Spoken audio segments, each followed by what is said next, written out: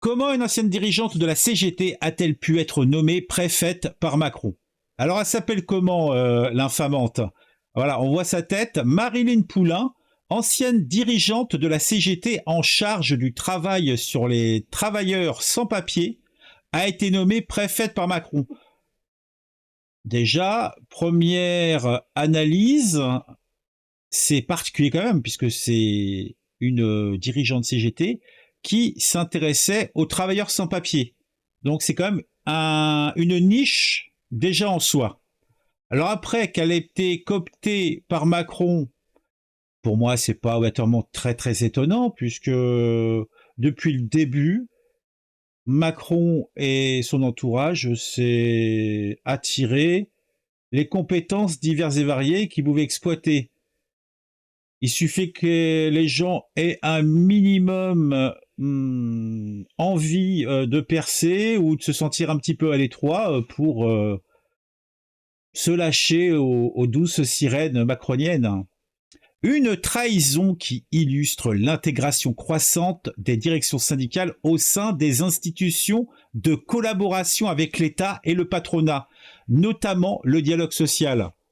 Bon, les termes sont quand même plutôt durs, mais on est sur Révolution Permanente, un journal très très à gauche qui explique un petit peu le langage, puisque trahison, collaboration, c'est quand même assez marqué. Donc en fait, c'est une vendue, une collaboratrice, Maryline Poulain, pour eux, c'est un petit peu l'antichrist. Et comme elle est passée par la CGT et qu'elle a été une des dirigeantes, bah, ils ont du mal à accepter le truc, quoi.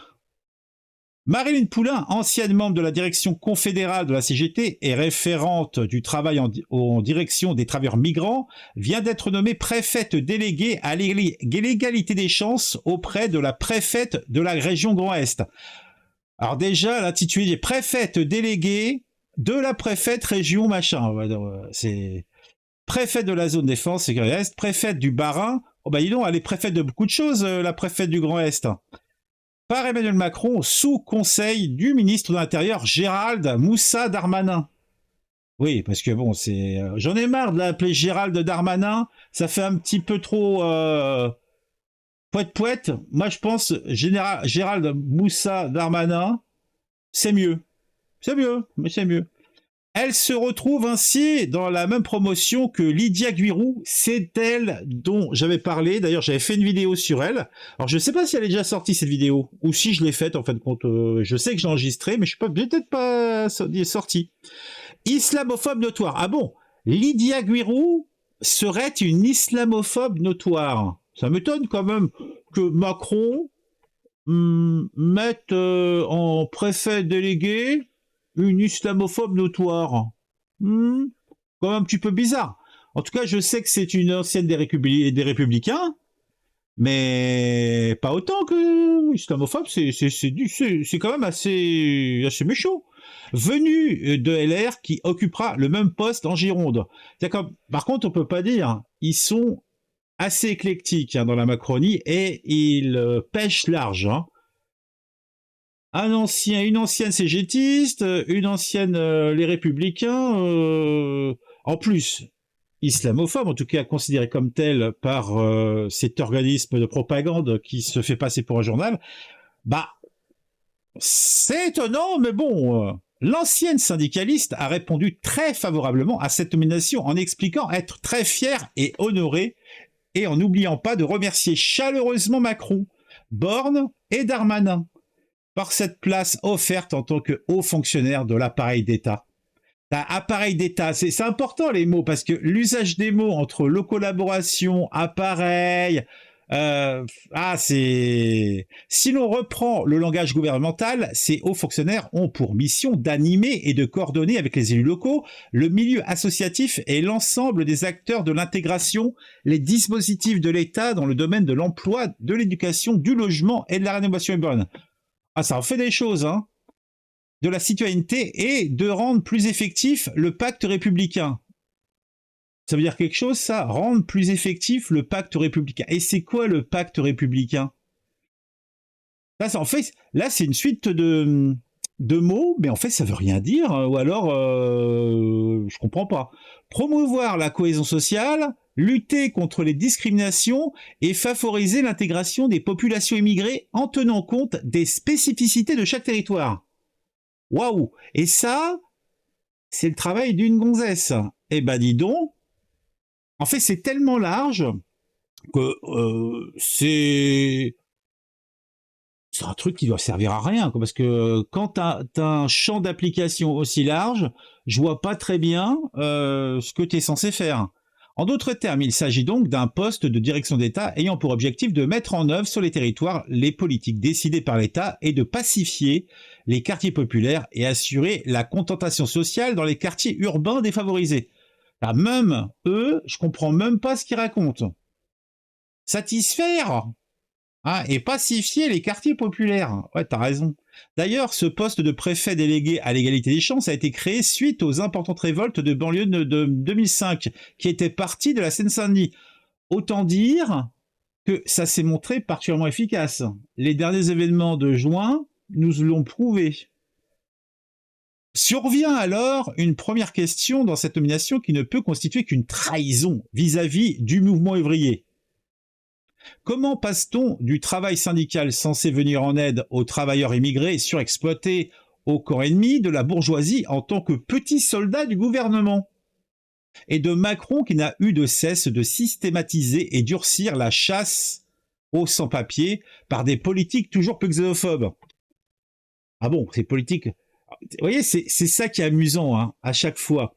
C'est que tu as la Macronie, donc le gouvernement, qui a son petit cheval de bataille, qui suit sa petite politique, et que ça soit à gauche ou à droite, alors à gauche, c'est l'hérésie, c'est l'heure les plus sombres, la Macronie, c'est le fascisme tout-puissant, et à droite, c'est quoi ces gauchistes de macronistes qui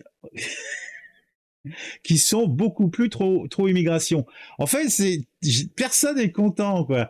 Et c'est vraiment, on le voit de plus en plus, c'est vraiment une scission mentale entre quand même des groupes assez homogènes dans la population qui ne peuvent plus se piffrer, quoi. C'est incroyable. Comment passe-t-on de membres dirigeants de la CGT censés défendre les intérêts des travailleurs face au patronat et aux politiques anti-ouvrières à être nommé préfète par Macron, président des patrons et ennemi farouche du mouvement ouvrier? Je suis pas sûr que Macron soit un ennemi farouche du mouvement ouvrier. Par contre, qu'il soit l'ami des patrons, oui, ça me semble évident, mais bon... Il a la reconnaissance du ventre. C'est quand même, je pense, les patrons qui ont financé sa petite campagne. Mais ça, c'est aussi vrai pour nos présidents issus de la gauche, hein. C'est pour ça que les mesures ont toujours été un petit peu molles, en tout cas, il me semble. Pour le comprendre, il faut revenir à la fois sur le parcours de Maryline Poulain et en même temps l'intégrer dans un phénomène plus structurel, l'institutionnalisation et l'intégration des bureaucraties syndicales à l'État et leur tendance à la conciliation de classe, et ce, au détriment des travailleurs. Là encore, quand on voit le nombre de syndiqués dans notre petit pays, il y a beaucoup trop de cadres syndicalistes pour beaucoup trop peu de syndiqués, il me semble. Et en plus, quand on voit que la CGT se place plus comme maintenant, on l'a vu avec Sud, on le voit avec la nouvelle patronne de la CGT comme un mouvement d'influence et politique plus que comme un mouvement syndicaliste. Donc pourquoi pas? Pourquoi pas? On va dire que c'est dans l'air du temps. En plus, Marine Poulain, donc ancienne dirigeante de CGT, mais même à l'époque, à ce qu'on lit là, elle a une longue expérience de collaboration avec l'État.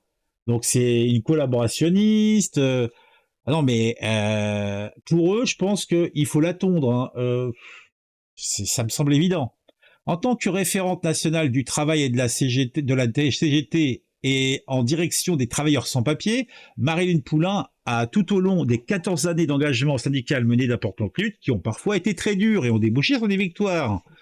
Donc des trucs du genre la lutte des coiffeuses du quartier de Château-d'Eau. Super. La grève de 25 sans-papiers maliens du chantier du 46 avenue de Breteuil. Ou encore celui des salariés du nettoyage de nuit des restaurants Burger King Paris République. Ouais, en fait, ça me semble être quand même des combats très locaux. Donc, ça n'empêche pas qu'ils sont louables. J'en doute pas un seul instant. Mais disons, en faire des grandes batailles du syndicalisme, c'est peut-être un petit peu abusé, quoi. Si ces victoires contrastent a priori avec le récent passage de Marine Poulain dans le camp de l'ennemi, la stratégie et la méthode utilisée pour obtenir ces irrégularisations partielles donnent cependant quelques indices. Selon une source contractée à l'inspecteur du travail, la stratégie employée par la direction de la CGT dans chacune de ces conflits consistait à négocier en amont avec l'État le nombre de personnes sans papier qui pourraient être régularisées ainsi que les cas précis. Bah oui, s'ils sont sans papier et qu'ils ont des conditions de travail pourries, le fait que leurs conditions de travail ne soient plus pourries, ça serait de fait qu'ils ne soient plus embauchés et qu'ils soient foutus dehors. Donc les seules personnes avec qui, logiquement, ces syndicalistes pouvaient discuter, c'est avec l'État, puisque c'est les seuls qui peuvent régulariser la situation des personnes. Et donc, faire que leur travail devient régulier, puisqu'ils sont avec des papiers. Donc, Révolution permanente reproche à cette syndicaliste ou cette ancienne syndicaliste d'avoir négocié avec l'État, mais avec qui voulais-tu négocier? C'est pas avec les employeurs, parce que la logique des employeurs, à la limite, tu peux poursuivre devant une juridiction quelconque ces employeurs, mais ça n'empêche pas que, étant donné que ces personnes, ces salariés, n'ont pas de papier, donc ils ne peuvent pas travailler, donc ça n'arrangera pas leur situation. Donc la seule moyen, c'est de discuter avec l'État. Donc en fait, faire ce reproche-là à la dame me semble un petit peu prime sautier au-delà du raisonnable. Avant d'engager un conflit, elle prévient la préfecture, puis fait le point avec le préfet et la direction de l'inspection du travail. Ils tombaient d'accord sur un nombre de personnes à régulariser et engagées sous le conflit. Ces personnes devaient être de la CGT et ce sont uniquement les personnes dont le nom était donné par Marilyn Poulain qui étaient régularisées. Ah ouais, donc en fait, c'est pas beau, c'est pas propre. Hein. Donc en fait, il fallait que ça soit des sans-papiers, bien sûr, mais il fallait qu'ils soient syndiqués à la CGT. Ah, s'ils étaient pas à la CGT, bah la régularisation, mon cul. Bon, effectivement, c'est pas joli, c'est pas propre. Ouais, c'est vrai que c'est pas joli, c'est pas propre. Ces personnes devaient être nanana. Tous ceux qui rejoignaient le conflit et se battaient, mais dont le nom n'était pas donné par Marine Montin, ne sont pas régularisés. Oh là là, c'est pas beau. Une méthode que confirme aussi Karl Gazi, secrétaire de la CGT Commerce de Paris, et son fervent défenseur. Elle présente des dossiers bien ciblés, à la fois pour ne pas donner de faux espoirs aux demandeurs et parce qu'elle sait qu'il faut une gestion rationnelle du temps. Très peu de gens s'occupent de ces questions dans les préfectures. Bon, autant dire qu'il semblerait que c'était une personne efficace. Donc que Macron s'intéresse à son cas, pourquoi pas? Donc on va sauter un petit peu, on va pas tout lire quand même. En fait, le reproche qui lui est fait, c'est que, en fait, son boulot, c'était ni plus ni moins que de trier les travailleurs sans papier et de pas essayer de mener une lutte frontale avec l'État dans le vain espoir de régulariser tout le monde, ce qui n'arriverait pas. Voilà. Donc en fait, elle était pragmatique en disant on va plutôt favoriser ceux qui sont dans notre syndicat. On va faire en sorte de négocier directement avec l'État pour que ces gens-là soient accompagnés et aient leur paplard. Ça passe, c'est pragmatique. Franchement, moi, à titre personnel, d'un regard éloigné, je vois pas où est le mal. Vaut mieux quelques personnes sauvées que personne, parce que en cas de conflit frontal, les chances de réussite sont très très minces. Et qui c'est qui va payer et qu'est-ce qui va donner de la bouffe à ces gens qui n'ont pas de papier? Faut être logique. Faut être logique aussi. Alors, en tout cas, c'est ce que dénonce aussi Où va la CGT. La CGT a abandonné une orientation de classe pour développer une pratique tout à fait réformiste de collaboration à peine cachée avec l'appareil d'État, pour faire régulariser les sans-papiers qui répondent aux critères de Valls en abandonnant les autres. Ouais, ouais, c'est du pragmatisme, je pense. C'est donc à travers cette pratique de collaboration des classes que Marine Poulin a tissé les liens étroits avec la haute administration d'État et une longue liste de technocrates, de politiciens, de la Macronie, dont l'orientation pro-patronale et anti-ouvrière n'est plus approuvée. Selon l'opinion, Marine Poulin conquiert les cœurs et les esprits au sein de l'appareil d'État. Oh, c'est beau, hein. Ah, c'est beau, hein. Elle conquiert les cœurs. Hein. Ah, c'est beau. Donc là, il nous donne une liste de ministres, de machins, dont même des députés et des élus, donc dont Fabien Roussel, Julien Bayou, Maurice Vaillot. Ah donc c'est un petit peu, il y a un petit peu beaucoup de monde. Mais elle a également cultivé de bonnes relations avec des patrons, notamment dans la restauration, comme le rapporte Le Monde dans un portrait.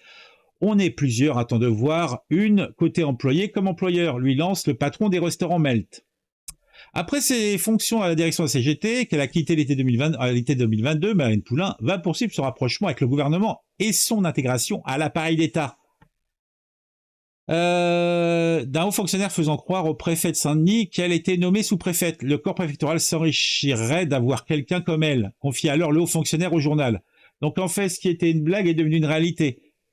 Moins qu'une prophétie, c'est plutôt la suite naturelle des choses, la blague devenant réalité en moins d'un an. Elle est ainsi invitée et consultée par le ministre de l'Intérieur Gérald Moussa Darmanin, connu pour ses attaques répétées contre les immigrés pour servir de caution de gauche. Je sais pas, Darmanin, et ses attaques répétées contre les immigrés, j'en suis pas certain. Moi je trouve qu'il est plutôt conciliant, hein, pour servir de caution de gauche au futur projet de loi immigration du gouvernement.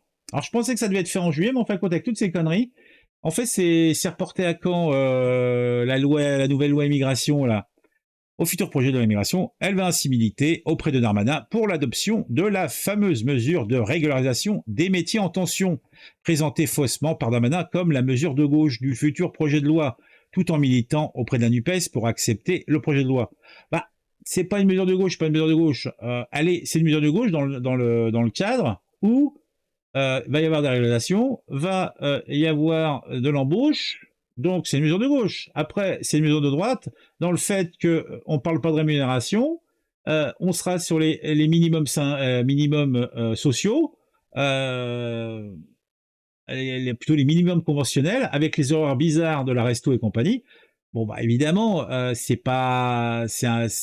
quand même pour, et avant tout, pour faire marcher l'économie de ces bars, cafés, restaurants, hôtels et je sais pas quoi, qui veulent des gens corvéables pour pas trop cher et surtout exploitables et éjectables quand ils en ont plus besoin.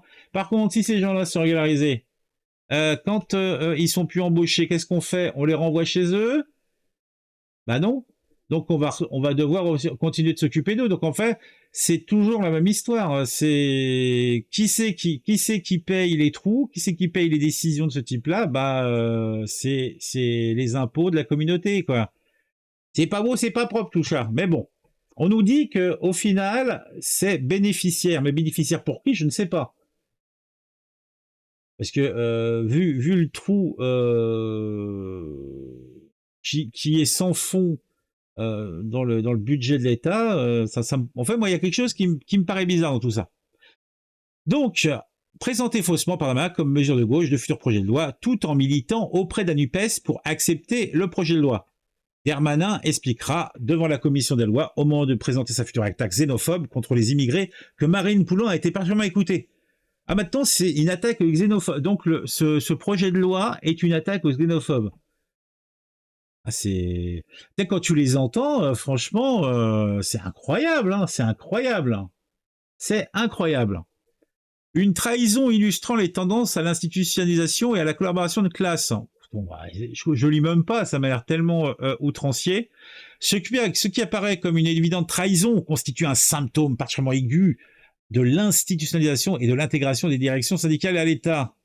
Eh ben dis donc. Bon, on va sauter parce que en fait c'est une suite de phrases accusatrices, du genre et de manière totalement antidémocratique, sans aucun mandat, ni même la moindre consultation de la base des syndiqués et des travailleurs qui voient leur lutte finir en accord signé par les bureaucrates syndicaux avec le gouvernement. Ah, ils sont colères, hein, ils sont très très colères. Hein. Des pratiques qui se poursuivent avec la participation récente de l'ensemble des dirigeants syndicaux, dont Sophie Binet. Pourtant, elle m'a l'air vachement agressive et gauchisante, la Sophie Binet, hein. La secrétaire générale de la CGT, aux tables des négociations avec le gouvernement pour discuter de nouveaux pactes de la vie au travail, voulu par Macron. Purée. Cette conciliation et collaboration des appareils syndicaux est recherchée et incitée par l'État et le patronat par un ensemble de mécanismes qui visent à procurer des avantages matériels aux bureaucrates en les éloignant de ceux qui sont censés représenter. Non mais on dirait qu'ils sortent de l'œuf, quoi. Ça a toujours été comme ça. Je vois pas trop. Je vois pas trop. Bon, alors, on va sauter parce que là, ça n'arrête pas. En tout cas, pour résumer, la Poulain, elle devient préfète du Grand Est là pour s'occuper d'un truc dont personne ne comprend rien. Et puis c'est tout quoi. Rompre le dialogue social, lutter contre l'indépendance, etc. Ouais, c'est fini. En fait, je pensais que ça serait plus intéressant. Hein. En fait, il y a beaucoup voilà la petite dame. Donc il y a beaucoup d'exagération, beaucoup de visions un petit peu trop axées par le petit nœud de lorgnette type NPA, mais bon, réellement, c'est qu'une meuf bah, qui évolue, quoi, c'est tout, c'est pas grave. Bon, allez, ça fait comme 22 minutes que je suis là-dessus, bah dis donc, c'est du propre.